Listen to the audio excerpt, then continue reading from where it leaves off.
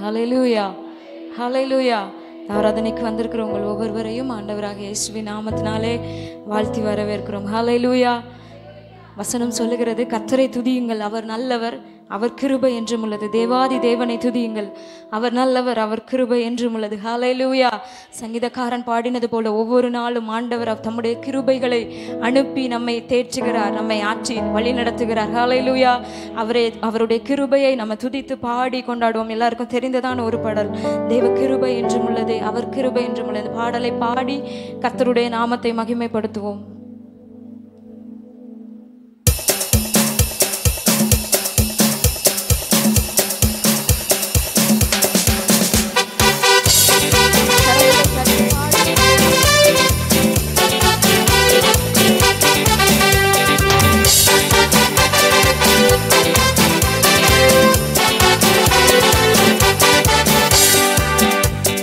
கிருபை என்றும் உள்ளது, அவர் கிருபை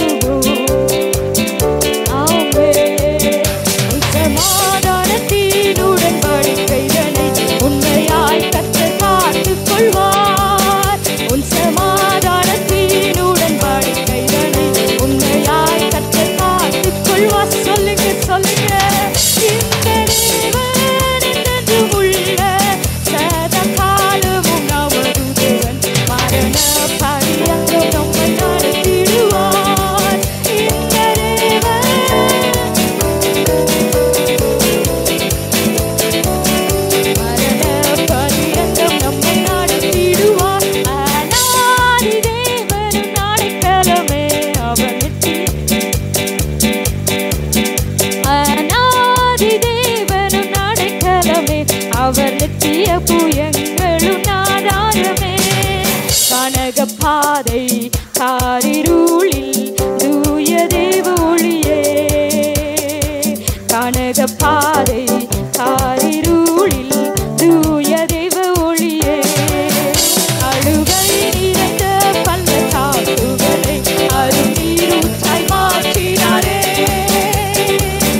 நிறைந்த பள்ளத்தாக்குகளை அருநீரூற்றாய் மாற்றினாரே. சொல்லுங்க. இந்த தேவன் என்றென்றும் உள்ள சதாகாலமும் நமது தேவன். மரண பரியந்தம் நம்மை நடத்திடுவார். இந்த தேவன் என்றென்றும் உள்ள சதாகாலமும் நமது தேவன். மரண பரியந்தம் நம்மை நடத்திடுவார். அநாதி தேவன் அடைக்கலமே. ஆமென். ஹல்லேலூயா. அடைக்கலமே. அவர் நித்திய புயங்களும் ஆதாரமே. ஹல்லேலூயா. அநாதி தேவன் அவர் நமக்கு அடைக்கலமான தேவனாயிருக்கிறார். அவருடைய புயங்கள் நமக்கு ஆதாரமாயிருக்கிறது. ஹல்லேலூயா. இந்த தேவன் என்றென்றைக்கும் உள்ள சதா காலங்களிலும் அவர் நம்முடைய தேவனாயிருக்கிறார். இவ்வளவு பெரிய தெய்வத்தை, ஹல்லேலூயா, தேவனை, ஹல்லேலூயா, தெய்வமாய் பெற்ற நாம் பாக்கியம் உள்ளவர்கள். எத்தனை பேர் ஆமென் சொல்றீங்க? ஹல்லேலூயா. அவரை பாடவும் அவரை ஆராதிக்கவும் கர்த்தர் நமக்கு கொடுத்திருக்கிற ஒரு பெரிய ஸ்லாக்கியம். ஹல்லேலூயா. வேற யாருக்கும் இந்த ஸ்லாக்கியம் இல்லை. அவர் அவ்வளோ பெரிய மேன்மையை மகிமையை கர்த்தர் நமக்கு கொடுத்திருக்கிறார். சேர்ந்து சொல்லுவோமா? ரெண்டு கரங்களை உயர்த்தி.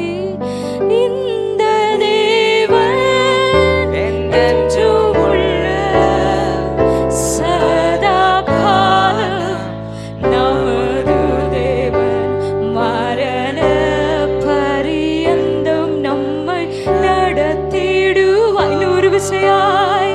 இந்த தேவன் என்றென்றும் உள்ள சதா காலமும் நமது தேவன். மரண பரியந்தம் நம்மை நடத்திடுவார். ஸ்டெஃபன், அப்புறம் அம்மா வந்திருக்கிறாங்க, ஆனந்தி ஃபேமிலியாக வந்திருக்கிறாங்க. ஸோ எல்லாருக்காகவும் ஆண்டவருக்கு ஸ்தோத்திரம். எல்லாவற்றுக்கு மேலாக கர்த்தர் எப்போதும் நல்லவர். ஆமென். உங்கள் எல்லாருக்காகவும் ஸ்தோத்திரம். கர்த்தரை நான் துதிக்கிறேன். கர்த்தருடைய நாமம் உங்கள் மூலமாக மகிமைப்படுகிறது. தொடர்ந்து மகிமைப்பட நாங்களும் உங்களுக்காக ஜெபிக்கிறோம். வாசியங்கள் 2 தீமோத்தேயு 1ஆம் அதிகாரம் 4வது வசனம்.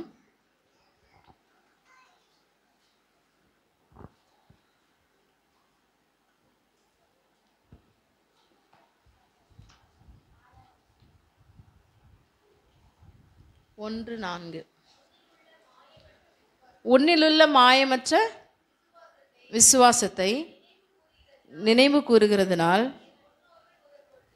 ஓகே உன்னிலுள்ள மாயமற்ற விசுவாசத்தை நினைவு கூறுகிறதுனால் என்று பவுல், அப்போஸ்தலனாகிய பவுல் தீமோத்தேயுவுக்கு சொல்லுகிறதை பார்க்கிறோம்.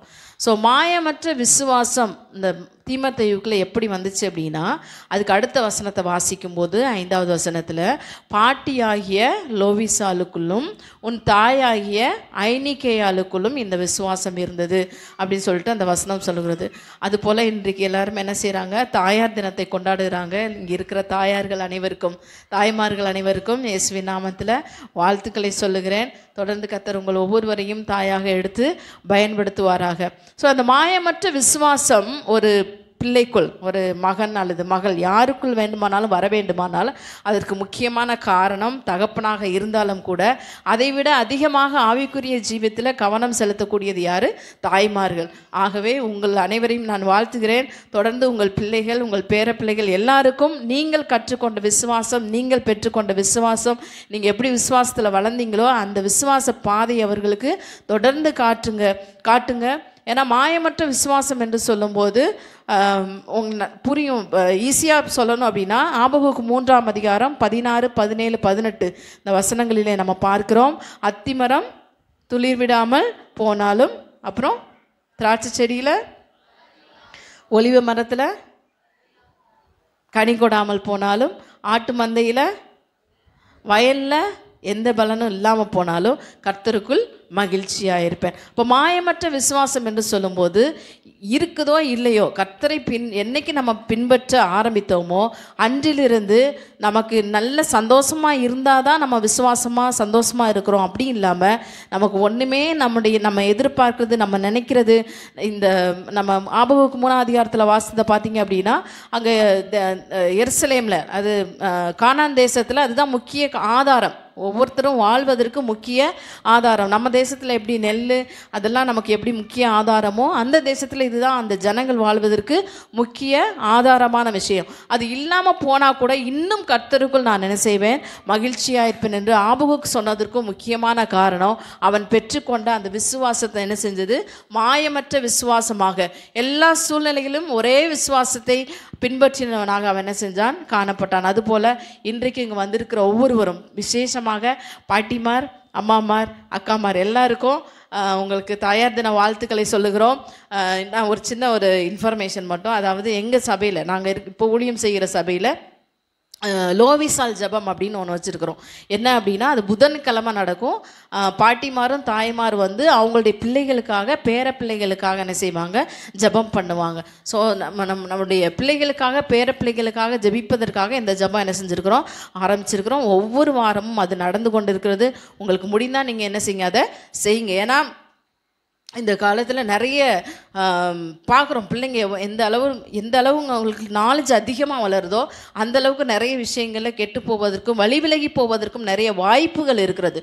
அதனால் அதிலிருந்து கர்த்தர் பிள்ளைகளை காத்துக்கொள்ளும்படியாக நம்ம ஜெபிக்க வேண்டியது நம்முடைய கடமையாக இருக்கிறது. ஆகவே உங்கள் ஒவ்வொருவருக்கும் இயேசுவின் நாமத்தில் மறுபடியும் சொல்லுகிறேன், கர்த்தருக்குள்ள மகிழ்ச்சியாக இருங்க. எப்பொழுதும் என்ன செய்யுங்க, சந்தோஷமாக இருங்க. நீங்கள் பெற்றுக்கொண்ட விசுவாசத்தை உங்கள் பிள்ளைகள், பேர பிள்ளைகளுக்கு தொடர்ந்து என்ன செய்யுங்க, நீங்களும் அதை ஊட்டுங்கள்னா அவங்களுக்கு சொல்லிக் கொடுங்க, அவங்கள அதில் வளர்த்து விடுங்க. கர்த்தர் உங்கள் ஒவ்வொருவரையும் ஆசீர்வதிப்பாராக. ஆமென். ஹல்லேலூயா.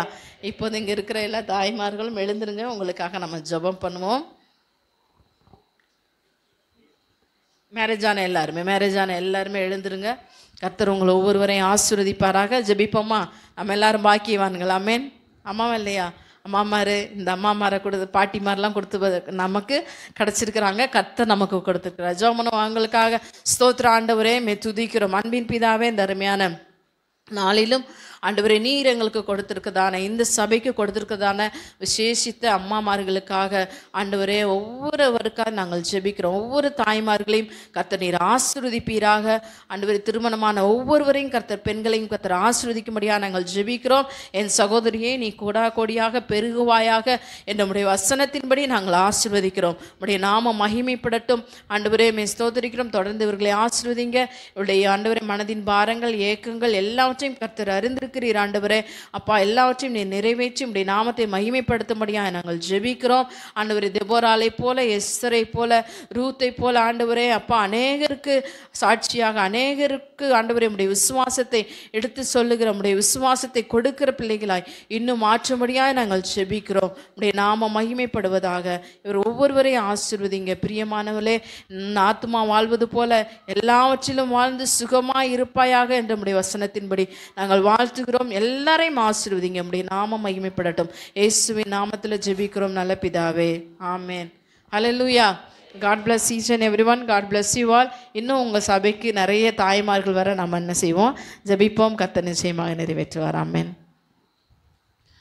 ஆண்டவருடைய பரிசுத்த நாமம் மகிமைப்படுவதாக. இந்த காலை நேரத்தில் உங்கள் எல்லாரையும் பார்ப்பதிலே, உங்களோடு கூட இணைந்து கர்த்தரை ஆராதிப்பதிலே ஆண்டவர் கொடுத்த ஸ்லாக்கியத்திற்காக ஆண்டவரை துதிக்கிறேன். நம்முடைய ஆண்டவர் நல்லவரும் நன்மை செய்கிற தெய்வமாக இருக்கிறார். ஆமென். ஹல்லேலூயா. ஆண்டவருடைய நாமம் மகிமைப்படட்டும். நம்முடைய கர்த்தருடைய வசனத்துக்கு நேராக நம்முடைய கவனத்தை திருப்புவோம். 2 வேத பகுதிகளை நான் வாசிக்க விரும்புகிறேன். முடிந்தால் நாம் எல்லாரும் எழும்பி நின்று அந்த 2 வேத பகுதிகளை வாசிப்போம். அப்போஸ்தலர் நடபடிகளின் புத்தகம் 2ஆம் அதிகாரம் 41ஆம் வசனம் முதல் 47வது வசனம் வரை நாம் சேர்ந்து வாசிக்க போகிறோம். அப்போஸ்தலர் நடபடிகளின் புத்தகம் 2ஆம் அதிகாரம் 41 முதல் 47ஆம் வசனம் வரை நாம் எல்லாரும் சேர்ந்து வாசிப்போம். புதிய ஏற்பாட்டிலே 163வது பக்கம். அவனுடைய வார்த்தையை சந்தோஷமாய் ஏற்றுக்கொண்டவர்கள் ஞானஸ்நானம் பெற்றார்கள். அன்றைய தினம் ஏறக்குறைய 3000 பேர் சேர்த்து கொள்ளப்பட்டார்கள். அவர்கள் அப்போஸ்தலருடைய உபதேசத்திலும் அந்யோன்யத்திலும் அப்பம் பிட்குதலிலும் ஜெபம் பண்ணுதலிலும் உறுதியாய் தரித்திருந்தார்கள். எல்லாருக்கும் பயம் உண்டாயிற்று. அப்போஸ்தலராலே அநேக அற்புதங்களும் அடையாளங்களும் செய்யப்பட்டது. விசுவாசிகள் எல்லாரும் ஒருமித்திருந்து சகலத்தையும் பொதுவாய் வைத்து அனுபவித்தார்கள். காணியாட்சிகளையும் ஆஸ்திகளையும் விற்று ஒவ்வொருவனுக்கும் தேவையானதற்கு தக்கதாக அவைகளில் எல்லாருக்கும் பகிர்ந்து கொடுத்தார்கள். அவர்கள் ஒருமனப்பட்டவர்களாய் தேவாலயத்திலே அனுதினமும் தரித்திருந்து வீடுகள் தோறும் அப்பம் பிட்டு மகிழ்ச்சியோடும் கபடமில்லாத இருதயத்தோடும் போஜனம் பண்ணி தேவனை துதித்து ஜனங்கள் எல்லாரிடத்திலையும் தயவு பெற்றிருந்தார்கள். ரட்சிக்கப்படுகிறவர்களை கர்த்தர் அனுதினமும் சபையிலே சேர்த்து கொண்டு வந்தார். இன்னொரு வேத பகுதி வாசிப்போம்.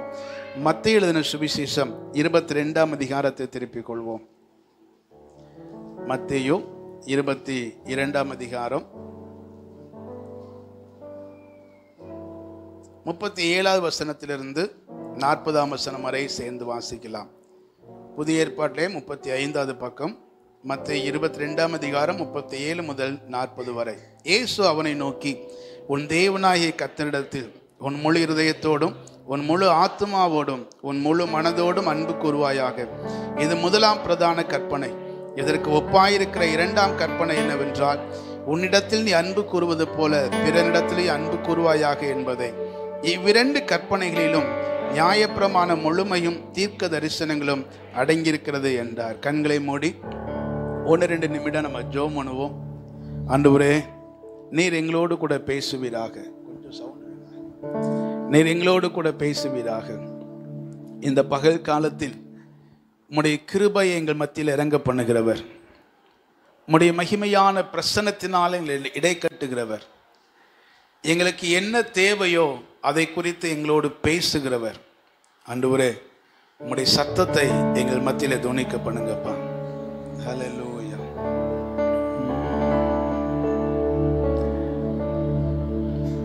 உம் வசனம்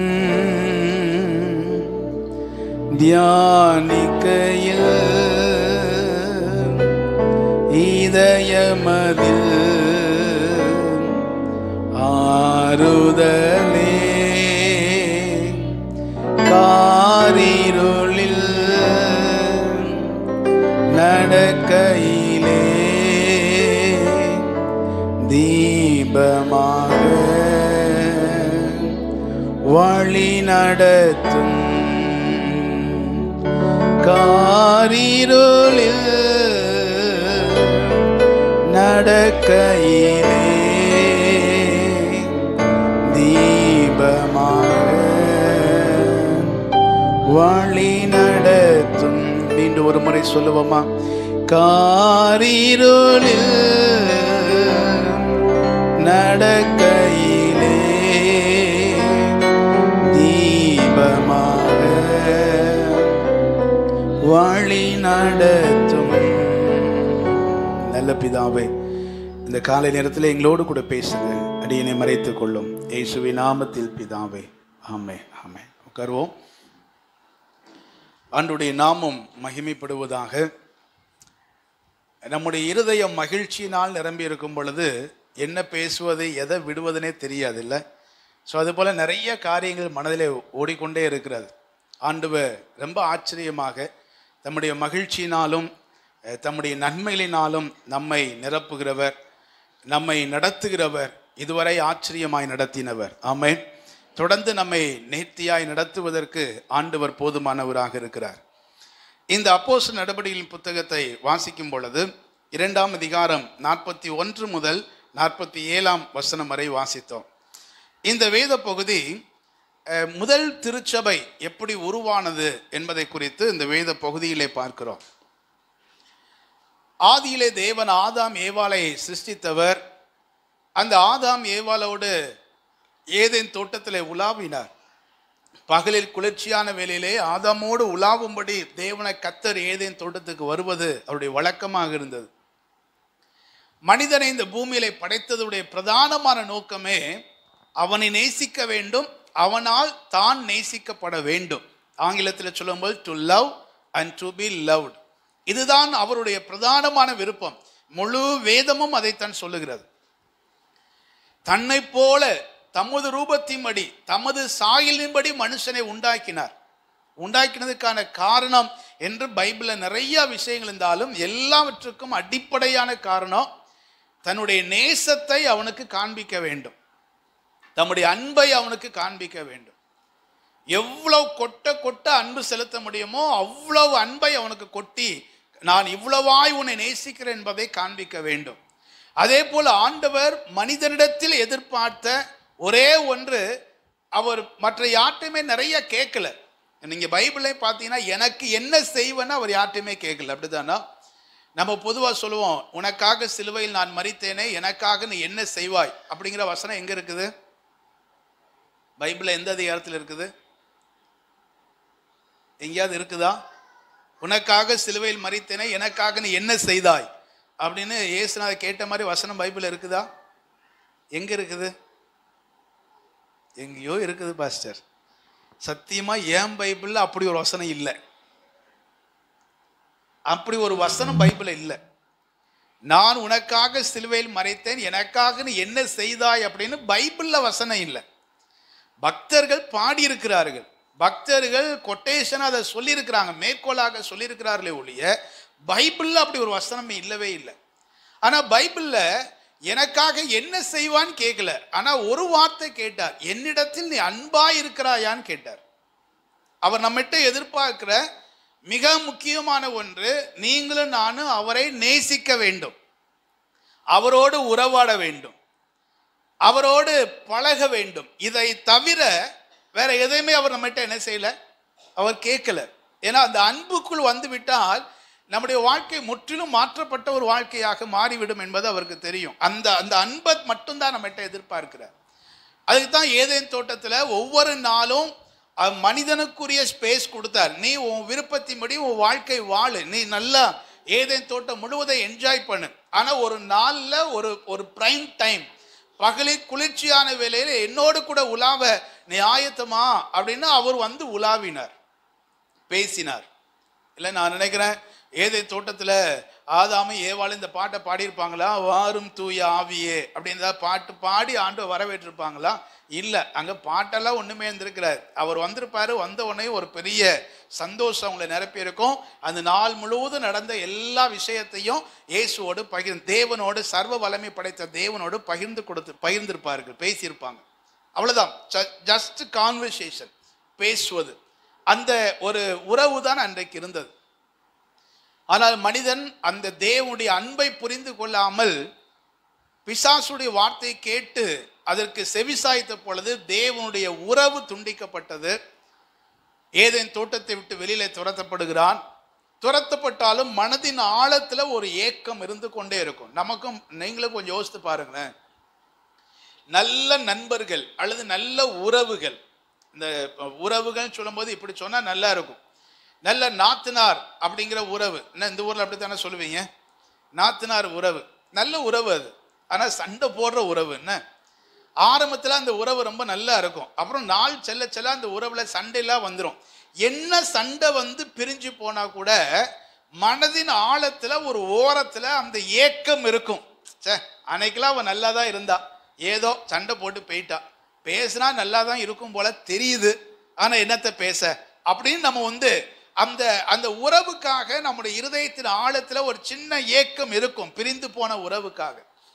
அதே போல மனிதன் ஏதேன் தோட்டத்தை விட்டு வெளியில போனதுக்கு அப்புறம் அவனுக்குள்ள ஒரு ஏக்கம், அந்த இழந்து போன தேவ உறவை பெற்றுக்கொள்ள வேண்டும் என்ற ஒரு ஏக்கம் இருந்தது.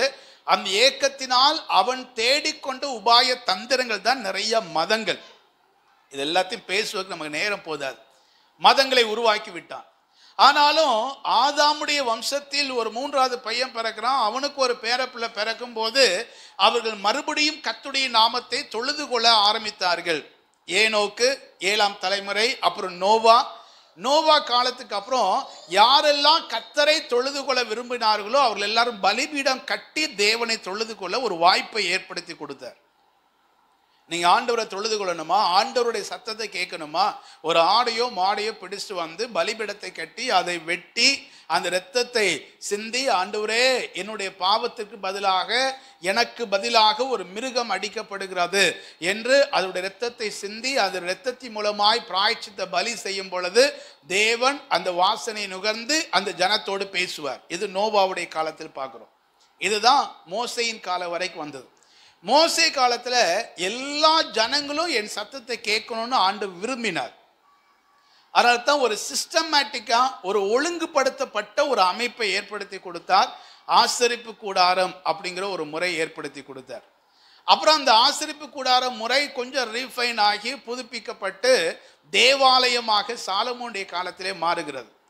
அப்புறம் இவங்க எல்லாரும் என்ன செஞ்சிட்டாங்கன்னா, அந்த ஆலயத்துக்கு போவதே கடமையாக மாற்றி விட்டார்கள், பாரம்பரியமாக மாற்றி விட்டார்கள். இதெல்லாம் ஏற்படுத்தி கொடுத்த நோக்கம் என்னன்னா, ஜனங்கள் கடவுளோடு பேசணும், ஜனங்கள் கடவுளோடு உறவாட வேண்டும். அதுதான் தேவனுடைய பிரதானமான நோக்கமாக இருந்தது. ஆனா இவர்கள் அதை எல்லாத்தையும் பாரம்பரியமா மாத்திட்டாங்க, ட்ரெடிஷனா மாத்திட்டாங்க. அதனால ஆண்டவருக்கு அதுல விருப்பம் இல்லை. அப்புறம் ஆண்டவரே சொல்லிட்டார், இதெல்லாம் நீங்க இப்படி பண்றதுனால ஒரு கல்லின் மேல் ஒரு கல் இராதபடிக்கு அதை என்ன செஞ்சிருவேன், நான் இடித்து போடுவேன் அப்படின்னு சொன்னவர் அதை இடித்தும் போட்டு ஜனங்கள் எல்லாம் அடிமையாக ஒப்பு கொடுத்தார். அசிரியாவுக்கு போனாங்க, பாபிலோனுக்கு போனாங்க, எல்லா இடத்துக்கும் போய் அங்கங்க அடிமையாக போனார்கள். அடிமையாய் போன ஒரு சிறு கூட்டம், எப்பயுமே உறவுக்காக இயங்குகிற ஒரு சிறு கூட்டம் இருக்கும்.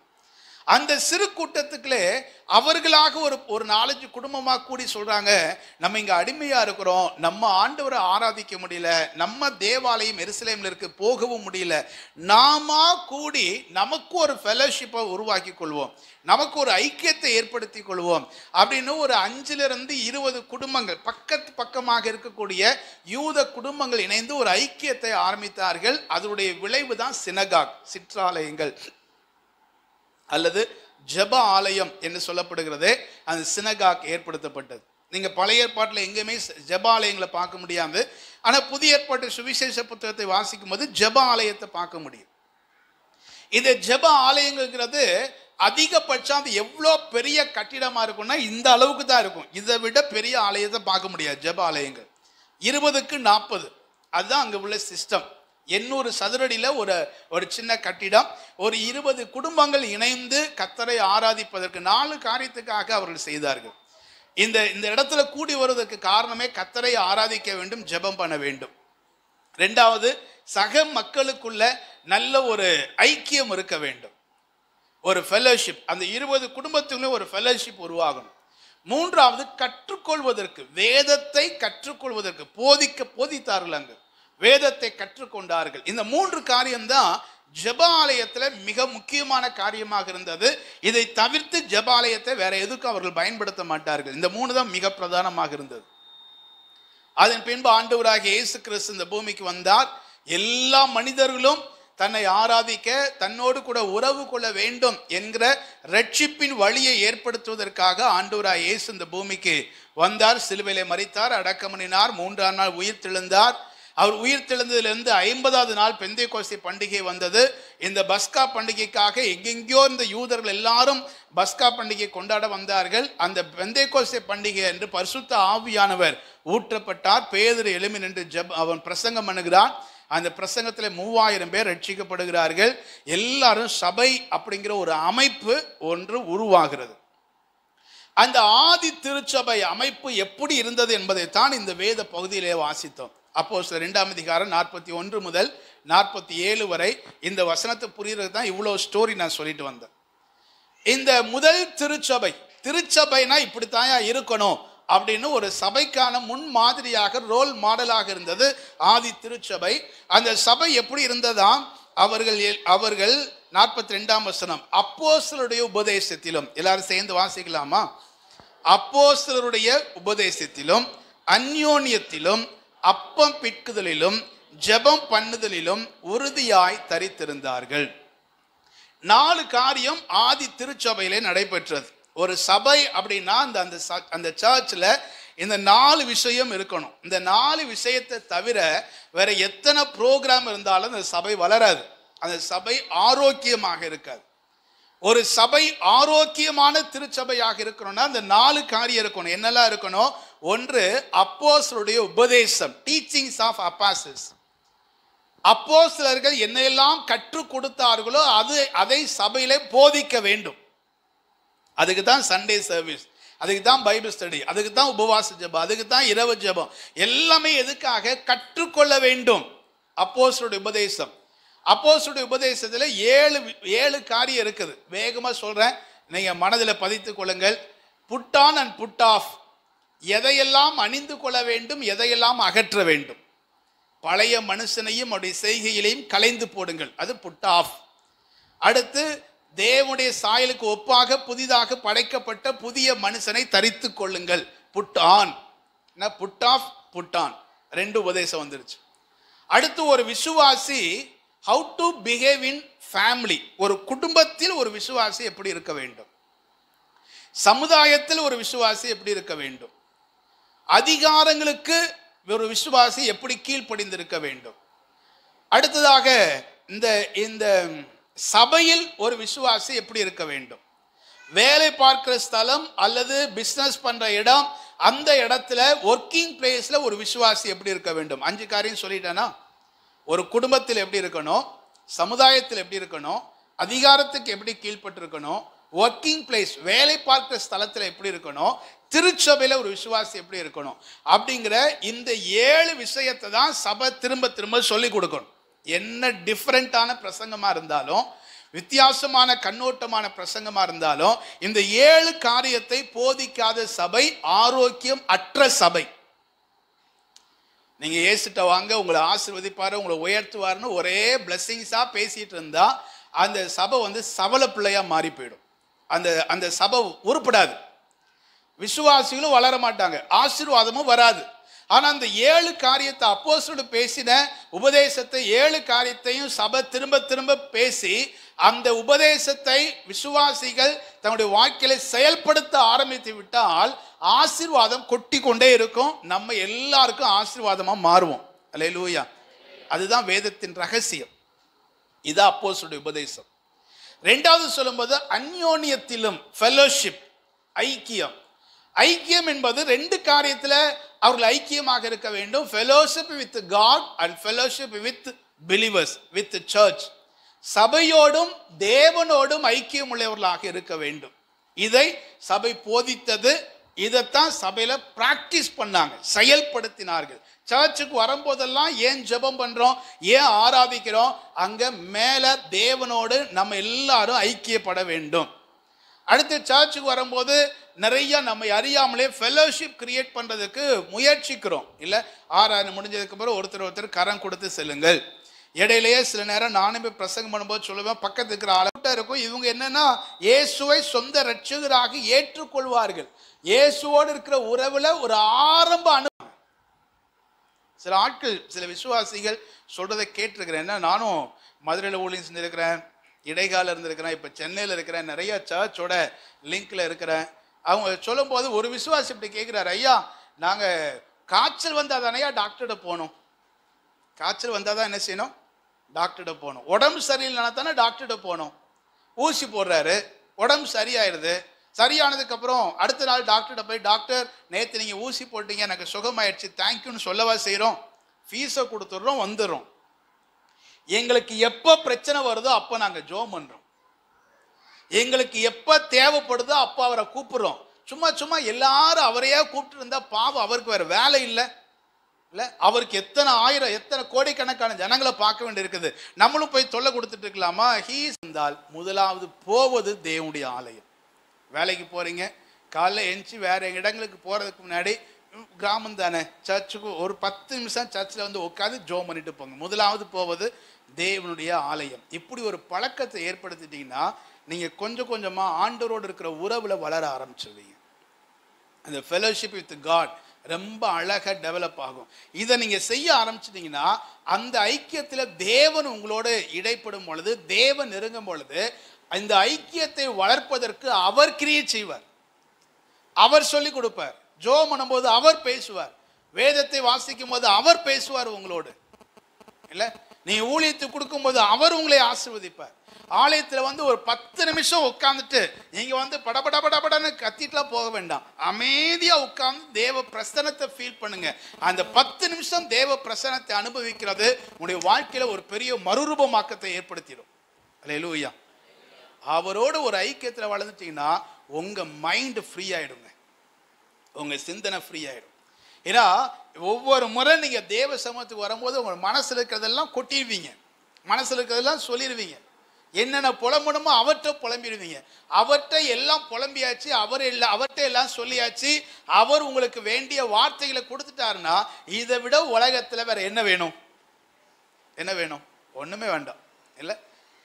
அடுத்து யார் நம்மளை திட்டுனா கூட, திட்டியா சரி அடுத்து நான் சர்ச்சுக்கு போகும்போது அவர்கிட்ட சொல்லிக்கிறேன், அப்படித்தான் யோசிக்க தோணுமே ஒழிய திரும்ப திட்டணும் திரும்ப சண்டை போடணும் தோணாது. ஆமென் சொல்லுங்க. அப்படி அவரோடு ஒரு பழக்கத்தை ஏற்படுத்திக்கோங்க. இந்த உறவுல வளர்ந்துட்டீங்கன்னா நீங்க நடக்கும் போது, உட்கார்ந்து இருக்கும் போது, படுத்திருக்கும் போது, எழுந்திருக்கும் போது எல்லா நேரமும் you can feel the presence of God.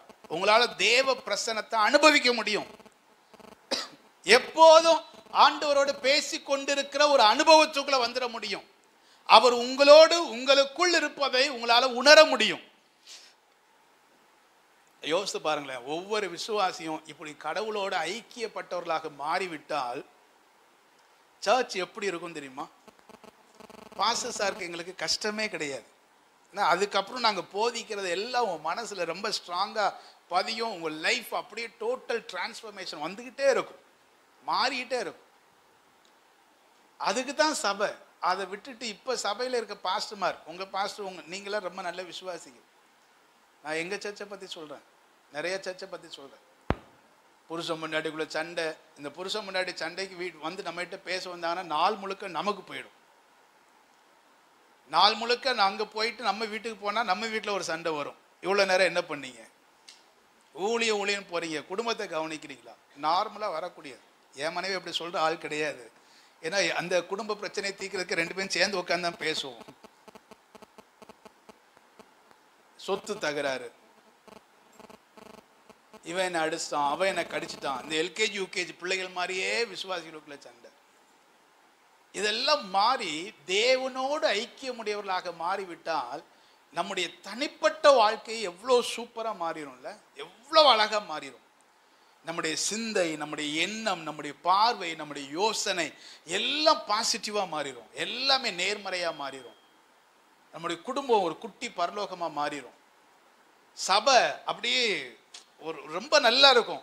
நம்மை பார்க்கிறவர்கள் சொல்லுவார்கள், வெளியில் இருக்கிற ஆட்கள் சொல்லுவாங்க, உங்கள் வீட்டில் என்ன பிரச்சனை இருந்தாலும் நீங்கள் எப்படி இவ்வளோ சந்தோஷமாக இருக்கிறீங்க, இவ்வளோ ஹாப்பியாக எப்படி இருக்கிறீங்க, இவ்வளோ மகிழ்ச்சியாக எப்படி இருக்கிறீங்க? எங்களுக்கும் நமக்கும் பிரச்சனை இருக்குது, இல்லைன்னு இல்லை. நமக்கும் தேவைகள் இருக்குது, குறைகள் இருக்கிறது, வியாதிகள் வருது, பலவீனம் வருது. ஆனால் இதெல்லாம் தாண்டி தேவனோடு இருக்கிற ஒரு ஐக்கியம் இருக்கு பாருங்க, அது தருகிற ஒரு சந்தோஷம் இருக்கு பாருங்க, இது எதோடையும் நம்மால் ஒப்பிடவே முடியாது. அந்த ஐக்கியத்துக்கு, அந்த ஃபெல்லோஷிப்புக்கு வரத்தான் தேவன் உங்களை எனக்கும் ஒரு அழைப்பு கொடுக்கிறார். ஆமென் சொல்லுங்க. நம்ம சிந்தனை எல்லாம் மாறிடும். ஆண்டவரே என்ன புதுசாக்கும் என் சிந்தனையை மாற்றும். நீங்க அப்படி போராடி ஜெபிக்கணுங்கிற அவசியம் இல்லை. அவரோடு உறவை வளர்த்து கொள்ளுங்கள். அவரோடு அவருக்கு இடம் கொடுங்க. அவர் பேசுவதற்கு, அவர் பேசுவதை கேட்பதற்கு, நீங்கள் வேதத்தை வாசிப்பதற்கு நேரம் எடுங்கள். இந்த மாற்றம் ஸ்டெப் பை ஸ்டெப்பாக டெவலப் ஆகும். நான் உங்களுக்கு சவால் விட்டு சொல்லுகிறேன். இன்றைக்கு எல்லா இடத்துலையும் 90 days சேலஞ்சுங்கிறது இன்றைக்கு உலக அளவில் ஒரு பெரிய வழக்கம். 90 நாள் சவால். இன்றிலிருந்து டைம் எடுத்துக்கோங்க. இன்றைக்கி மே 12, ஜூன் 12, ஜூலை 12, ஆகஸ்ட் 12, 90 நாள் ஒரு சவால் எடுத்துக்கோங்க. 90 நாள் நான் சொன்ன இந்த மெத்தட் படி காலை முதலாவது எழும்புன தேவனோடு பேசுவது, முதலாவது வாசிப்பது வேத புத்தகம், முதல் கொடுப்பது தேவனுக்கு, முதலாவது போவது தேவனுடைய ஆலயம். இப்படி ஒரு நாளில் எதெல்லாம் ஃபர்ஸ்ட் தேவனுக்கு கொடுக்க முடியுமோ அதெல்லாம் நீங்கள் செஞ்சு பாருங்க. 90 நாள் செஞ்சு பாருங்க. உங்கள் வாழ்க்கையில் எவ்வளோ மாற்றங்கள் வருகிறதுங்கிறத நீங்கள் அனுபவிக்க முடியும். அல்லேலூயா, நீங்கள் அனுபவிக்க முடியும்.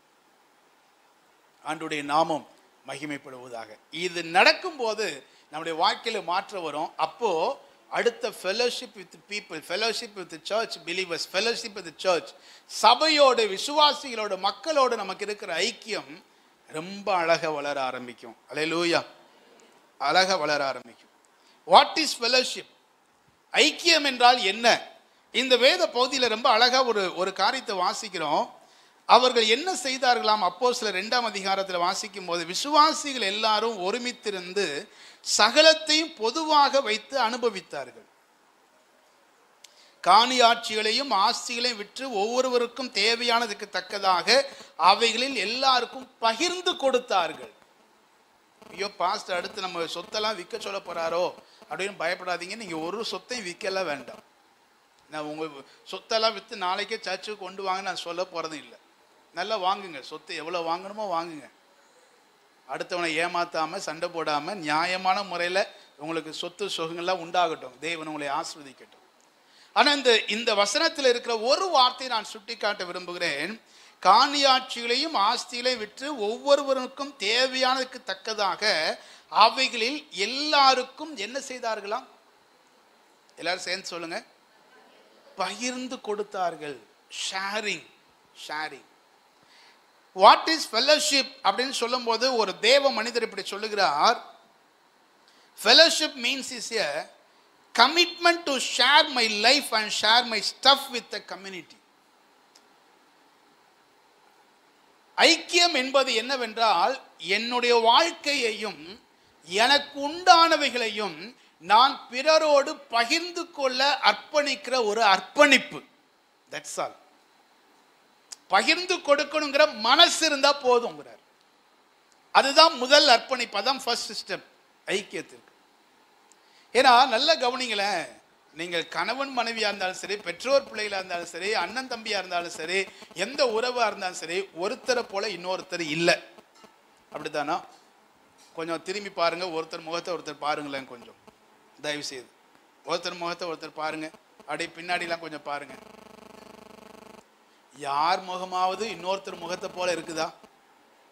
சொல்லுங்க. சொல்லிக்கலாம், என்ன போல இருக்கிறான், என்ன போல இருக்கிறாங்க அப்படின்னு சொல்லிக்கலாம். ஆனா யாரும் யாருக்கும் ஒத்து என்ன செய்யல இல்லை. முகமே ஒண்ணு போல இல்லையே, சிந்தனை ஒண்ணு போல வந்துடும் நினைக்கிறீங்க? சத்தியமா வராது. வேணா சினிமா பாட்டு வேணா பாடிக்கலாம். நான் பேச நினைக்கிறதெல்லாம் நீ பேசணும் அப்படின்னு சினிமா பாட்டா வேணா பாடலாம். நான் நினைக்கிறதையே 100% என் மனைவி நினைக்கணும்னு நினைச்சா என்ன போல முட்டாள் வேற யாருமே கிடையாது. இல்லை, அவங்க ஒரு இண்டிவிஜுவல், அவங்க ஒரு தனிப்பட்ட நபர், நான் ஒரு தனிப்பட்ட நபர். இந்த இருக்கிறானே என் பையன்தான், அவன் ஒரு தனிப்பட்ட நபர். எங்க 3 பேருடைய சிந்தனை வேற வேற மாதிரி தான் இருக்கும். அப்படித்தான் இருக்கும். அப்படிதான் கடவுள் படைச்சிருக்கிறாரு. ஆனா வேற வேற சிந்தனையா இருந்தாலும் இணைந்து இருப்பதற்காக தேவன் படைத்திருக்கிறார். அதை புரிஞ்சுக்கணும். நான் வீட்டில் போய் உடனே சொல்லக்கூடாது, நீ வேற நான் வேற இப்படித்தான் சிந்திப்போமா, பாஸ்டே சொல்லிட்டாரு வா சண்டை போடுவோம் நிற்கக்கூடாது. சரியா? அவர்கள் வேறு, நான் வேறு. ஆனா வேற வேற நபர்களை தான் இணைப்பதற்கு தேவன் சித்தம் கொண்டார். சின்ன வயசுல இந்த புதிர் விளையாடுவோம் தெரியுமா, பசில் விளையாடுவோம் தெரியுமா? ஒரு 50 பீஸ் இருக்கும், தனித்தனியா இருக்கும், அப்படியே நெளிஞ்சு அப்படித்தான் இருக்கும். ஆனா அந்த 50 பீஸையும் சேர்த்தாதான் ஒரு உருவம் உருவாகும். அப்படித்தானா? அது போலதான் இங்க இருக்கிற ஒரு 70-80 பேர் இருக்கிறோம். இது 80 பீஸ். 80 பீஸும் சேர்ந்து வேலை செஞ்சாதான் தேவ ராஜ்யம் கட்டப்படும். அதுதான் ஃபெலோஷிப். அவரவர் அவரவர் ஸ்தானத்தில் நின்று அவரவர் செய்ய வேண்டிய வேலையை செஞ்சா போதும். சபை வளரும், தேசம் ஆஸ்வதிக்கப்படும், எல்லாம் சூப்பரா மாறிடும்.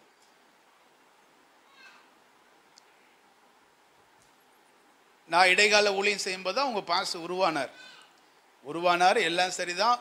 இப்போமா அவர் நிறைய நேரத்தில் பேசும்போது சொல்லுவார், பாஸ்டர் நீங்கள் செஞ்சது போலயே நான் காம்பவுண்ட் வால் கட்டுறேன், நீங்கள் செஞ்சது போல இதை செய்கிறேன். நான் செஞ்சது போல் அவர் செய்கிறதுக்கு முயற்சி பண்ணலாம், ஆனால் என்ன மாதிரி அவர் வர முடியாது. அப்படிதானா? அதுக்காக நம்மகிட்ட வளர்ந்த பையன் இவ்வளவு சூப்பராக இருக்கிறான், இவனை போல நாம் மாறணும்னு நினைச்சா என்னால முடியாது. அவருக்கென்று தேவன் கொடுத்திருக்கிற அபிஷேகம் வேறு, எனக்கென்று தேவன் தந்திருக்கிற அபிஷேகம் வேறு. நான் டிஜிஎஸ் தினனை போல மாறணும்னு நினைச்சேன்னா என்ன போல முட்டாள் வேற யாருமே கிடையாது. அவருக்கு கொடுக்கப்பட்ட ஊழியத்தை அவர் செஞ்சுட்டு போயிருக்கிறாரு. எனக்கு கொடுக்கப்பட்ட ஊழியத்தை நான் செய்யணும். என் ஸ்தானத்துல நான் நின்று ஊழியம் செய்யறத வேற யாரும் செய்ய முடியாது. ஸோ இதை நான் புரிஞ்சு என்ன செய்யணும்னா, என் இன்னைக்கு இந்த ஸ்டேஜில் நாங்கள் 2 பேர் சேர்ந்து ஊழியம் செய்யணுங்கிறது ஆண்டவர் வைத்திருக்கிறதான திட்டம். இன்றைக்கு 2 பேர் சேர்ந்து ஊழியம் செய்கிறோம். ரொம்ப மனப்பூர்வமாக சந்தோஷமாக ஊழியம் செய்கிறோம். இதை பகிர்ந்து கொள்ளுகிற மனசு இருக்கு பார்த்தீங்களா, தட் இஸ் அ ஃபெலோஷிப். அதுதான் ஃபெலோஷிப். அல்லேலூயா. இது நான் பெரிய அளவில் சொல்கிறேன். நான் என்ன சொல்கிறேன்னா, இந்த ஐக்கியம் என்பது எங்கேருந்து உருவாகணும்னா, நீங்கள் ஒரு டம்ளரில் டீ குடிக்கிறீங்க, பக்கத்தில் ஒருத்தர் வந்துட்டார், உங்கள் டீ நான் குடிக்க போகிறீங்க, பக்கத்தில் ஒரு ஆள் வந்துட்டார், வேறு டீ இல்லை, ஒரு டம்ளர் எடுத்து அந்த டீயில் பாதி ஊற்றி கொடுக்குற மனசு இருக்குது பார்த்தீங்களா, அதுதான் பகிர்ந்து கொள்ளுதல். ஐயோ வர்றானே படுபாவி வந்தால் நம்ம வேற பகிர்ந்து கொடுக்க வேண்டிய வர்றதுக்கு முன்னாடியே வாயை வச்சுட்டு, ஐயோ ஒரு நிமிஷத்துக்கு முன்னாடி வந்திருக்க கூடாதா, நான் வாயை வச்சுட்டேனே அப்படின்னு சொல்லி கொடுக்குற மனசு இல்லாமல் இருந்தால் அதுக்கு பேர் ஐக்கியம் கிடையாது. என்ன மாதிரி ஆட்கள்கிட்ட சொன்னீங்கன்னா நான் சொல்லுவேன், பரவாயில்ல எச்சானாலும் பரவாயில்ல கூட, இந்த பக்கம் நான் குடிக்கிறேன் வாங்கி குடிச்சிட்டு போயிடுவேன். கட்டுப்பாக இருக்கும் அந்த ஆளுக்கு இல்லை. பகிர்ந்தளித்தல். ஸோ ஐக்கியம் என்பதிலே முதலாவது வரக்கூடிய அந்த மனநிலை மாற்றம், விசுவாசிகளுக்குள்ளே அந்த மனநிலை மாற்ற வேண்டும். அந்த ஷேரிங், ஒருவருக்கொரு பகிர்ந்து கொள்ளுதல். அதனால தான் ஆண்டு வேதம் சொல்லுகிறது, பவுல் சொல்லுகிறார், கிறிஸ்து தலையாக இருக்கிறார், சபை எப்படி இருக்குதா, சரீரத்தின் அவயவங்களாக இருக்கிறது. காலில் கைப்பற்றுச்சுன்னா முழு சரீரமும் பாடுபடும். அப்படித்தானா? சபையில ஒருத்தர் கஷ்டப்படுறாரு, ஒருத்தர் சாப்பிடவே வழி இல்லாம கஷ்டப்படுறாருன்னா 2 பேர் நின்று சொல்லுவாங்க, என்ன சொல்லுவாங்க, அவன் ஒழுங்கா ஜோமன் இந்த கடவுள் சாப்பாடு கொடுத்துருப்பாரு பாஸ்டர், கூறு கட்டவன் அப்படின்னு திட்டிட்டு இருக்கிற ஆள் சபைக்கு வேண்டாம். நீ ஐக்கியத்தை கெடுத்துருவ. அவன் கூறு கெட்டவனாகவே இருக்கட்டும். என்னுடைய பாயிண்ட், அவன் அறிவே இல்லாதவனாகவே இருக்கட்டும். உனக்கு கர்த்தர் கொடுத்திருக்கிறார்ல, அதை கொண்டு போய் ஒருவேளை சாப்பாடு நீ கொடுத்தனா நீ ஐக்கியத்தை விரும்புகிற நபர், உனக்குள் கிறிஸ்து வாழ்கிறார் என்று அர்த்தம். அல்லேலூயா. பகிர்ந்து கொடுக்கிற தன்மை, இதை பத்தி நிறைய சொல்லிட்டே போலாம். அடுத்து நான் ஃபர்ஸ்ட் சொன்னதை மறுபடியும் சொல்றேன், ஒருத்தருக்கு ஒருத்தர் வித்தியாசமானவர்கள். அப்படிதானா? இந்த உலகத்துல யாருமே பூரணர்கள் ஒருத்தர் கூட கிடையாது. எங்க பாஸ்டர் அடிக்கடி சொல்லுவார், இந்த உலகத்துல 2 பேர் வாழவே முடியாது. பாவத்தில் பூரணமானவன், இவன் பாவத்துல எக்ஸ்ட்ரீம் ஸ்டேஜ் வந்துட்டான் அப்படின்னா அவனை கடவுள் இந்த பூமியில வச்சிருக்க மாட்டார். அவன் இருக்க வேண்டிய இடம் எது? நரகம். அது போல ஒருத்தர் பரிசுத்தத்தில் பூரணர் ஆயிட்டாருன்னா அவராலையும் இந்த உலகத்தில் இருக்க முடியாது. அவர் இருக்க வேண்டிய இடம் எது? அப்ப நீங்கள் நானும் யாரு?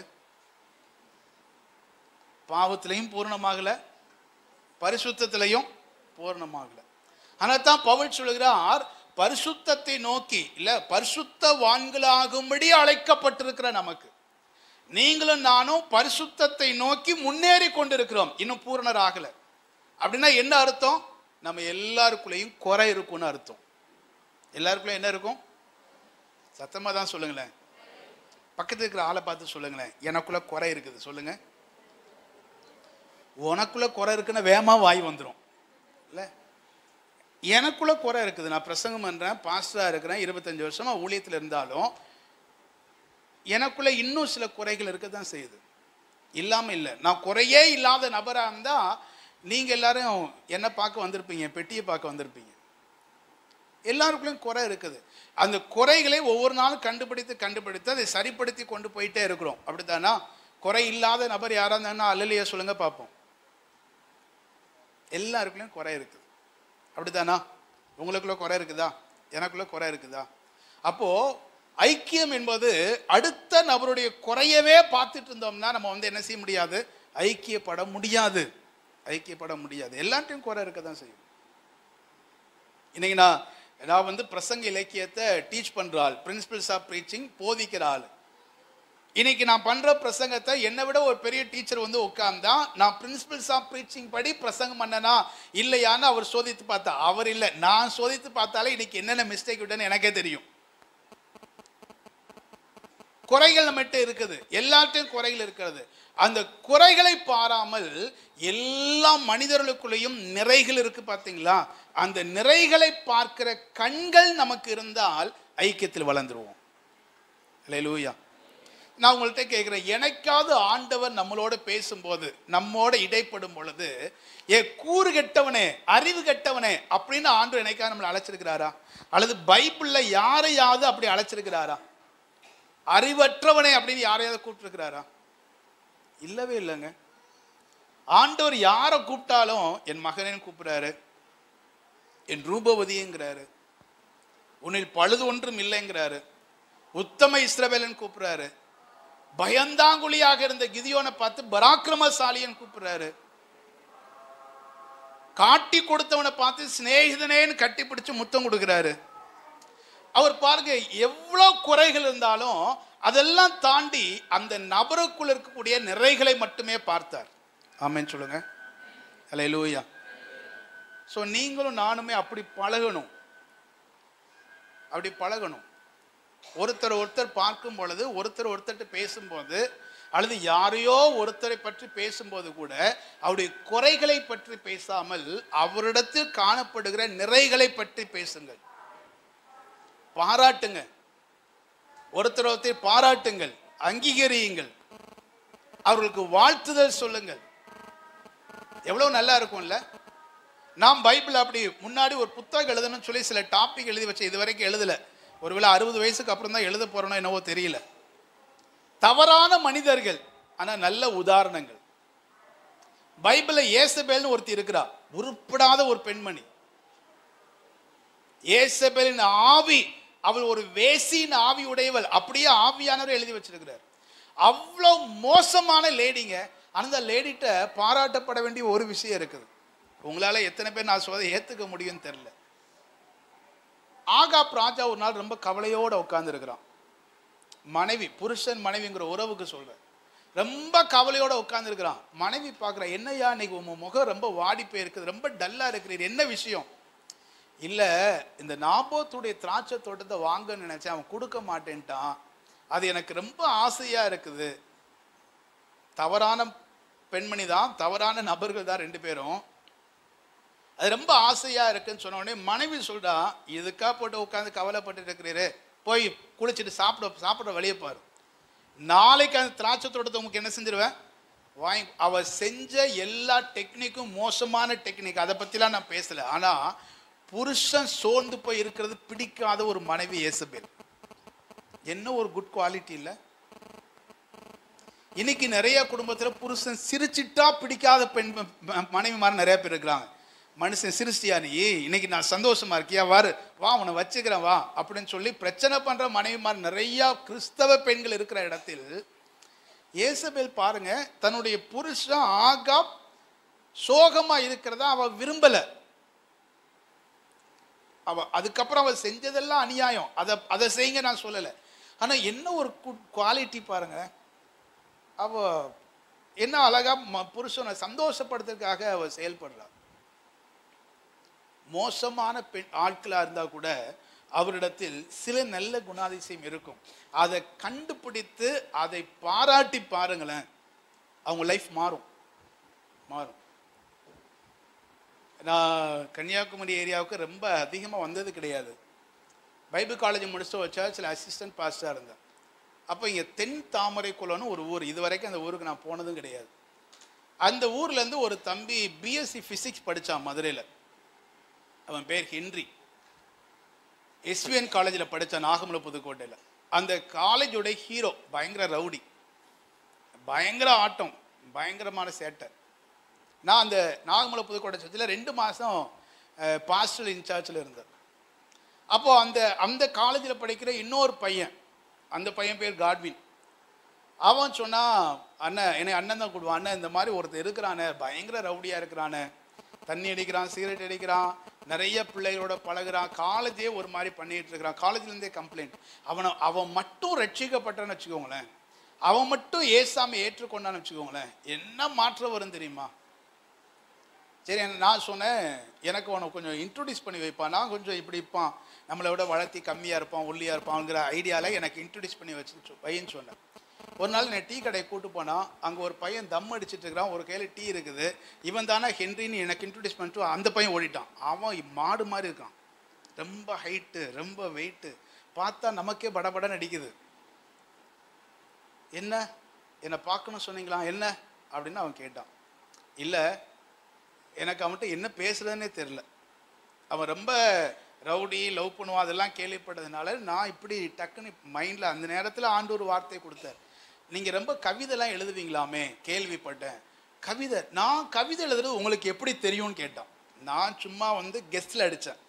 இந்த லவ் பண்ணுற எல்லா ஆட்களுக்கும் கவிதை எழுதுறது எப்படியாவது வந்துடும், இருக்கும் அப்படின்னு நினச்சி கேட்டால் அவன் சொல்கிறான், நான் 4 டைரி நிறைய எழுதி வச்சிருக்கிறேன், ஒருத்தர் கூட என் கவிதையை பார்த்ததும் கிடையாது, கேட்டதும் கிடையாது, நீங்கள் யாருன்னே தெரியாது, நீங்கள் எப்படி என் கவிதையை பற்றி கேள்விப்பட்டப்பா, அந்த கவிதையெல்லாம் கொண்டு வந்து என்கிட்ட காட்டுறியான்னு கேட்டேன். ஏன்னா அவன்கிட்ட எப்படி பழகன்னு தெரில. என் வீடு இங்கே தான் இருக்குது, நீ வரையானா போயிட்டு அரை மணி நேரத்தில் கவிதை நோட்டெல்லாம் எடுத்துட்டு வந்துட்டான். 4 டைரி எனக்கு அசைன்மெண்ட் ரீடிங் மாதிரி எனக்கு நைட்டெல்லாம் உட்காந்து வாசித்தேன். ஏன்னா அடுத்த நாள் கேட்பானே, அவனுக்கு ஏதாவது பதில் சொல்லணுமே. எனக்கும் பேசிக்காகவே நானும் லிட்ரேச்சர் ஸ்டூடெண்ட், கவிதைனா எனக்கு ரொம்ப பிடிக்கும். ஸோ எல்லா கவிதையில் சில இதெல்லாம் அண்டர்லைன் பண்ணி நைட்டில் உட்காந்து எல்லாத்தையும் ரீட் பண்ணி அடுத்த நாள் சாயங்காலம் வரும்போது இந்த கவிதை சூப்பராக இருந்துச்சுடா, இந்த கவிதையில் இந்த வார்த்தை ரொம்ப நல்லா இருந்துச்சு. 2-3 நாள் கவிதையை பற்றி மட்டும்தான் பேசுவேன். டெய்லி சாயங்காலம் வந்துடுவோம். அப்படியே வரவன் ஜபக்கூட்டத்துக்கு வந்தான், ரட்சிக்கப்பட்டான், ஞானஸ்நானம் எடுத்தான், அபிஷேகம் பெற்றான். நான் இன்னொரு சர்ச்சில் அசிஸ்டன்ட் பாஸ்டர் ஆகும்போது என்னோட ரூம்லேயே தங்கியிருந்தான்.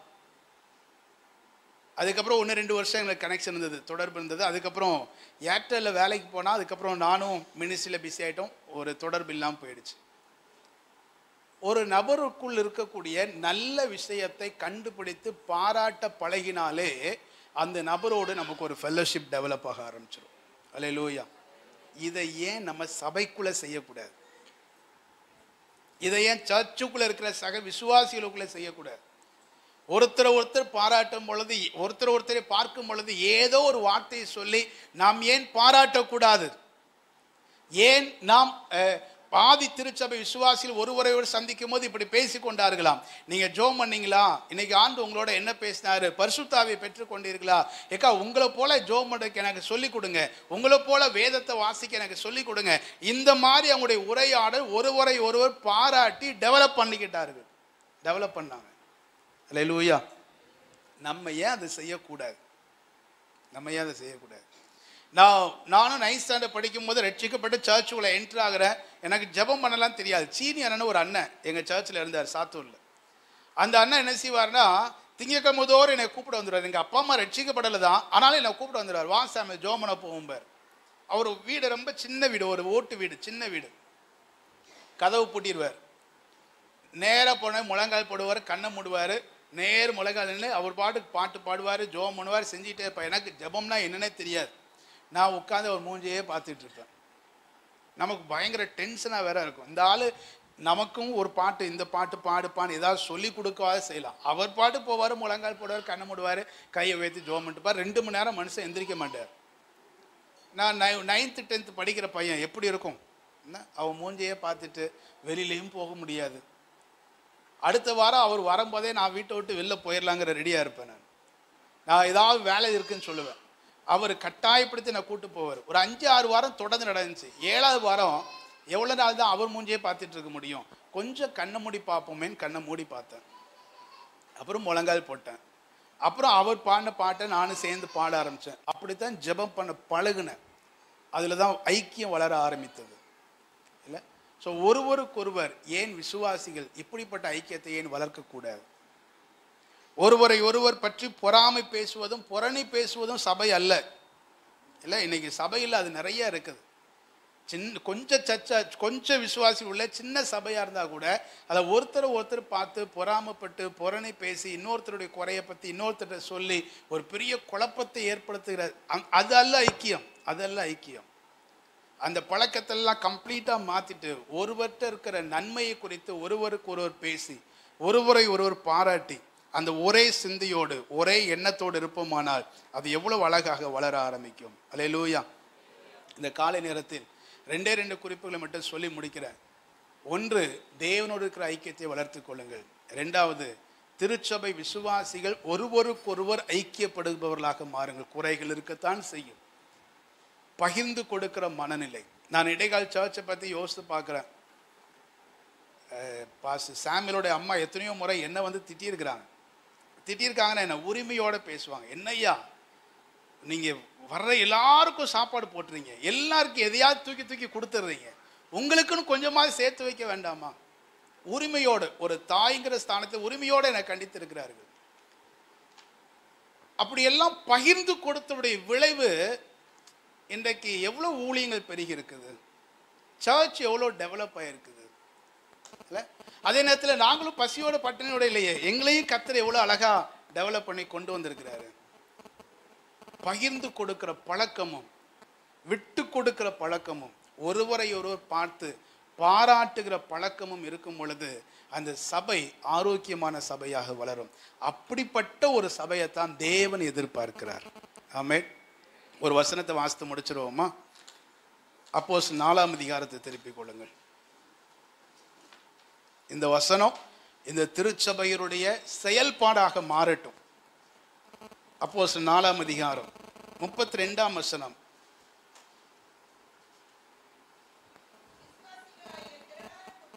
விசுவாசிகளாகிய திரளான கூட்டத்தார் ஒரே இருதயமும் ஒரே மனமும் உள்ளவர்களாயிருந்தார்கள். ஒருவனாயிலும் தனக்குள்ளவைகளில் ஒன்றையும் தன்னுடையது என்று சொல்லவில்லை, சகலமும் அவர்களுக்கு. இது சர்ச்சுக்குள்ள வந்துடட்டும், இல்லை சர்ச்சுக்குள்ள வரட்டும். எங்கள் சர்ச்சில் ஃபுல்லாக சேர் தான் போட்டிருக்கிறோம். இதை அடிக்கடி நான் பேசவும் செய்வேன். இது ஏன் சர்ச், ஏன் சேர்? 2வது 6ஆம் நிலை 4வது வரிசையில் 2வது சேரில் நான் தான் உட்காருவேன். இது ஏன் சேர் அப்படின்னாலே ஐக்கியம் கெட்டு போச்சுன்னு அர்த்தம். அட்லீஸ்ட் சபைக்குள்ள இருக்கிறதையாவது பொதுவாக வைத்து அனுபவிப்போம். ஆமென் சொல்லுங்க. அந்த பகிர்ந்து கொடுக்கிறது பொதுவான அனுபவம். விசுவாசியுடைய வாழ்க்கை தரம் இப்படி மாறிடுச்சுன்னா சபை எப்படி மாறுமா? அடுத்த வசனத்தை வாசிங்க. கர்த்தராகிய இயேசுவின் உயிர்த்தெழுதலை குறித்து மிகுந்த சாட்சி கொடுத்து பலமாய் சாட்சி கொடுத்தார்கள். அவர்கள் எல்லார் மேலும் விசுவாசிகள் எப்படி மாறிட்டா அப்போஸ்தலர்கள் அப்படி மாறிடுவாங்க. பூரண கிருபை இருக்கும். பலமா கர்த்தருடைய வார்த்தையை பிரசங்கம் பண்ணுவாங்க. தேவனுடைய மகிமை வெளிப்படும்.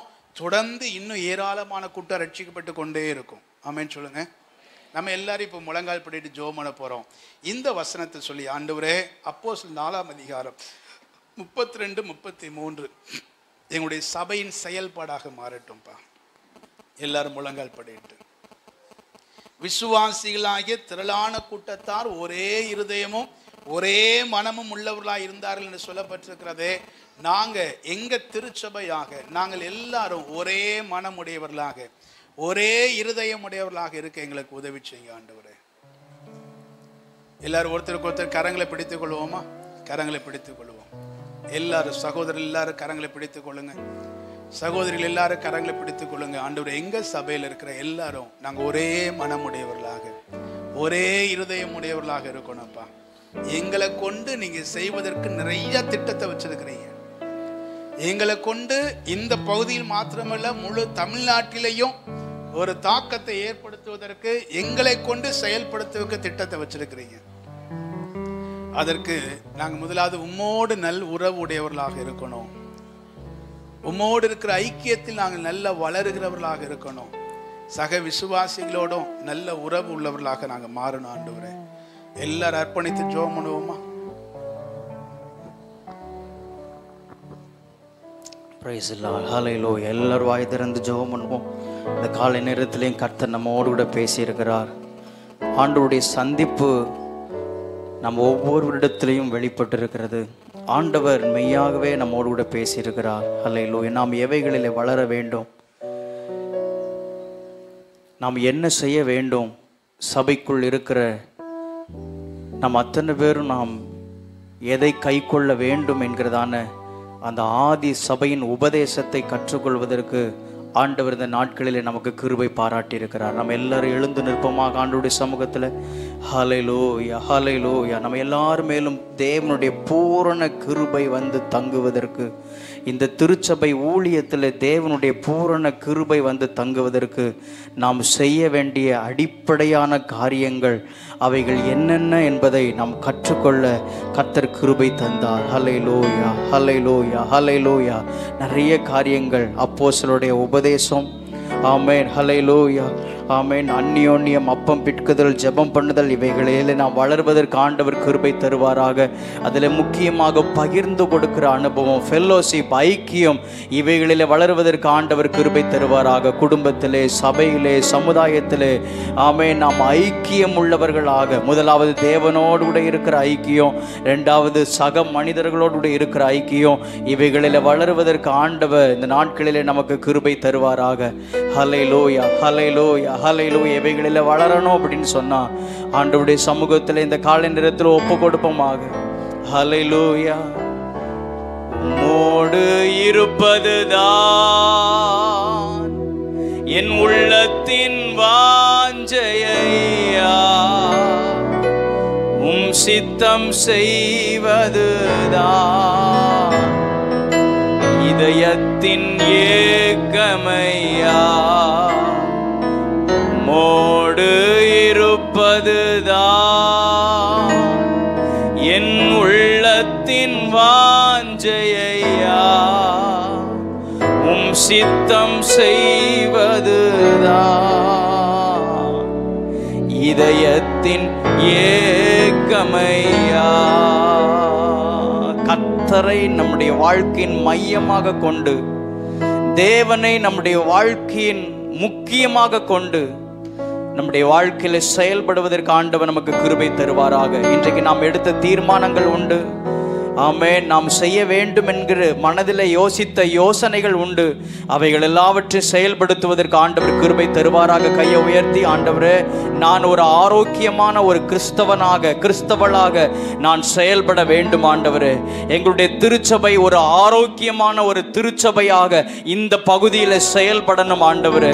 இந்த திருச்சபை ஆண்டவரே, நாங்கள் இந்த பகுதிக்கு மாத்திரம் அல்ல, தமிழ்நாட்டுக்கு, தேசத்திற்கு ஆசீர்வாதமாக மாற ஆண்டவரே உம்முடைய வசனத்தின்படி நாங்கள் வாழ்ந்து உமக்கு சாட்சியாய், கிறிஸ்துவை பலமாய் நாங்கள் சாட்சியாய் அறிவிக்க கர்த்தர் எங்களுக்கு கிருபை தருவீராக என்று சொல்லி நாங்கள் ஜெபம் பண்றோம் ஆண்டவரே. நன்றியோடு கூட நாங்கள் உம்மை துதிக்கிறோம், ஸ்தோத்திரிக்கிறோம். கசப்புகள், வைராக்கியங்கள், பகைகள், விரோதங்கள் ஆண்டவர் எல்லாம் இயேசுவின் நாமத்தினால நீங்கி போவதாக. ஆண்டவரே, ஒருவருக்கொருவர் ஆண்டவரை இன்னும் ஆண்டவரை ஸ்தோத்திரம் பகிர்ந்து கொடுக்கிற ஒரு அனுபவம், ஒருவரை ஒருவர் நேசிக்கிற ஒரு அனுபவம் ஆண்டவரை எங்களுக்குள் பெருகட்டும் என்று சொல்லி நாங்கள் ஜெபிக்கிறோம் ஆண்டவரே. கர்த்தாவே ஸ்தோத்திரம், நீர் எங்களுக்கு ஆண்டவரே தலையா இருக்கிறீரப்பா, நாங்கள் சரீரத்தின் அவயவங்களாக நாங்கள் இருக்கிறோம் ஆண்டவரே. கர்த்தாவே ஸ்தோத்திரம் ஆண்டவரே, உம்மோடு கூட இணைந்து நாங்கள் செயல்படுவதற்கு எங்கள் ஒவ்வொருவருக்கு நீர் கிருபை தருவீராக என்று சொல்லி நாங்கள் ஜெபிக்கிறோம் ஆண்டவரே. கர்த்தாவே உமக்கு ஸ்தோத்திரம் ஸ்தோத்திரம் ஸ்தோத்திரம். நாங்கள் எல்லாரும் இணைந்து உம்முடைய ராஜ்யத்தை கட்டி எழுப்புவதற்கு கர்த்தர் எங்களுக்கு உதவி செய்வீராகப்பா. உம்முடைய கிருபையில கரங்களில் தாழ்த்தி தருகிறோம். இந்த ஆராதனையிலே பங்கு பெற்ற ஒவ்வொருவரை கர்த்தர் ஆசீர்வதிங்க. தேவையோடு கூட வந்தவர்கள், எதிர்பார்ப்போடு கூட வந்தவர்கள் ஆண்டவரே ஸ்தோத்திரம், உம்முடைய சமூகத்தில் வசனத்திற்காக காத்திருந்தவர்கள் அத்தனை பேரையும் கர்த்தர் இந்த காலை நேரத்திலையும் நீர் உம்முடைய வசனத்தினாலே, வார்த்தையினாலே நீர் ஆசீர்வதித்ததற்காக உமக்கு ஸ்தோத்திரம் செலுத்துகிறோம். உம்முடைய நாமம் மகிமைப்படுவதாக. தொடர்ந்து ஆண்டவரே ஸ்தோத்திரம் வருகிற நாட்கள், ஒவ்வொரு நாட்களிலேயும் ஆண்டவரே உம்முடைய விருப்பத்தை அறிந்து உம்முடைய சித்தத்தை செயல்படுத்துவதற்கு ஒவ்வொருவருக்கு கிருபை தாரும் ஆண்டவரே. கர்த்தாவே, நாங்கள் எல்லாரும் இணைந்து இந்த பகுதியில் உம்முடைய ராஜ்யத்தை கட்டி எழுப்புவதற்கு கர்த்தர் கிருபை தாரும். இன்றைக்கு வசனத்தை பகிர்ந்து கொடுத்ததான எங்களுடைய பாஸ்டருக்காக ஜெபம் பண்றோம் ஆண்டவரே ஸ்தோத்திரம். கர்த்தாவே, பாஸ்டர்மாவுக்காக ஜெபம் பண்றோம் கர்த்தாவே ஸ்தோத்திரம். அவர்களை உம்முடைய நாமத்தினாலே நாங்களும் ஆண்டவரை ஆசீர்வதிக்கிறோம். அவருடைய ஊழியங்கள் ஆசீர்வதிக்கப்படுவதாக. எல்லாரும் கரங்களை அவர்களுக்கு நேராக நீட்டி நாம ஒரு வார்த்தை சொல்லி ஜெபம் பண்ணிடுவோம். ஆமென். அடியேனையும் இன்றைக்கு ஒரு ஊழியக்காரனாக கர்த்தர் ஏற்படுத்தி வைத்திருக்கிறார். ஆனால் அவர்கள் ஒரு காரணமாக கர்த்தர் அவர்களை பயன்படுத்தினார். இதே போல அநேக ஊழியர்களை கர்த்தர் அவர்களை கொண்டு உருவாக்கி வருகிறார். ஹல்லேலூயா. அவர்கள் மூலமாக அநேகர் ஆசீர்வதிக்கப்படுகிறார்கள். இன்னமும் ஆசீர்வதிக்கப்பட, இன்னும் பல ஆயிரங்களுக்கு அவர்கள் ஆசீர்வாதமாக இருக்க, லட்சங்களுக்கு ஆசீர்வாதமாக இருக்க உம்முடைய நாமத்தினாலே நாங்கள் சபையாராக நாங்கள் வேண்டிக் கொள்ளுகிறோம் ஆண்டவரே. இந்த நாட்களில் எங்கள் மத்தியில வந்து அவர்களை நீர் பயன்படுத்தினதற்காக ஸ்தோத்திரம். அவர்களும் ஆண்டாலும் இந்த ஊழியத்தில் எங்களோடு எந்த ஊழியத்தில் அவர்களும் இணைந்து இந்த நாட்களில் செயல்பட்டதை நினைத்து நாங்கள் உம்மை ஸ்தோத்தரிக்கிறோம் கர்த்தாவே. ஹல்லேலூயா. நன்றியோடு கூட நாங்கள் உம்மை துதிக்கிறோம். உம்முடைய நாமம் மகிமைப்படுவதாக. பிவினுக்காக, ஆல்வினுக்காக, காட்வினுக்காக ஜெபம் பண்றோம். அவர்கள் மேல் உம்முடைய பூரண கிருபை தங்கி இருப்பதாக ஆண்டவரே ஸ்தோத்திரம் செலுத்துகிறோம். உம்முடைய ஆண்டவரே நாமத்திற்கு மகிமையாக, சாட்சியாக, ஆசீர்வாதமாய் காணப்பட உம்முடைய நாமத்தினால நாங்கள் வேண்டிக் கொள்ளுகிறோம் ஆண்டவரே. கிருபை சூழ்ந்து கொள்ளட்டும். திருச்சபை மக்கள் ஒவ்வொருவரை கர்த்தர் ஆசீர்வதிங்க. அதே போல அவர்கள் விட்டு வந்திருக்கிறதான திருச்சபைக்காக ஜெபம் பண்றோம். அந்த ஊழியங்களை கர்த்தர் ஆசீர்வதிங்க. உம்முடைய நாமம் மகிமைப்படுவதாக. சகல துதியும் கனமும் மகிமையும் உமக்கு ஒருவருக்கே நாங்கள் ஏறெடுக்கிறோம். மீட்பர் இயேசு கிறிஸ்துவின் நாமத்தில் வேண்டிக் கொள்கிறோம் ஜீவனுள்ள நல்ல பிதாவே. ஆமென், ஆமென். எல்லாரும் சேர்ந்து சொல்லுவோம். என் ஆத்துமாவே கர்த்தரை ஸ்தோத்திரி, என் முழு உள்ளமே பரிசுத்த நாமத்தை செய்த சகல உபகாரங்களை மறவாதே. ஆமென். நம்முடைய கர்த்தராகிய இயேசு கிறிஸ்துவின் கிருபையும் பிதாவாகிய தேவனுடைய அன்பும் பரிசுத்த ஆவியானுடைய ஐக்கியமும் சந்தோஷம் சமாதானமும் நம் அனைவரோடும் சகல பரிசுத்தவான்களோடும் அவருடைய வருகை நாள் பரியந்தம் என்றென்றும் தங்கியிருப்பதாக. Amen. Amen, amen. Thank you. God bless you. கர்த்தர் உங்கள் ஒவ்வொருவரையும் ஆசீர்வதிப்பாராக. ஒருவருக்கு ஒருவர் கரங்களை கொடுத்து வாழ்த்தி செல்லுங்கள். கர்த்தர் தாமே உங்களோடு கூட இருப்பாராக.